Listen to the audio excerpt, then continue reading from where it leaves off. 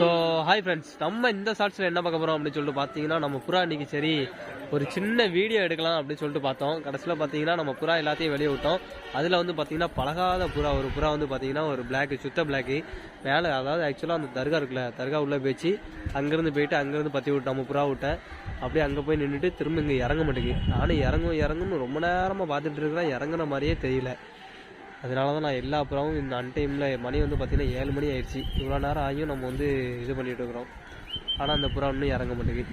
ஏன் இறங்க மாட்டேங்குதுன்னு தான் தெரியல. ஸோ வெயிட் பண்ணி பார்ப்போம், உள்ளே அடைஞ்சிட்டா நல்லது. ஸோ அன்னைக்கு இப்படி தான் விடும்போது ஒரு புறா பயிற்சியாக கடுத்து வரவே இல்லை. அந்த புறா டக்கு டக்கு டக்குன்னு அடிக்குது. அது மட்டும் அடைஞ்சிச்சுன்னா அடைச்சிட்டு கேஜுக்குள்ளே போயிடலாம். ஸோ பக்கத்தில் வேறு தீவிரம் இருக்கிறாங்க, எப்போ கூட்டமாக இருக்குது. அது எங்கே போகிற மாதிரி இருக்குது, எஸ்கேப் ஆகிற மாதிரி இருக்குது.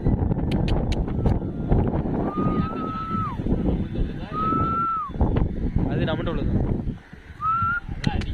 ஆமாம், அது ஒன்று தான் அடிக்கும். ஸோ வரதான்னு வெயிட் பண்ணி பார்க்கலாம்.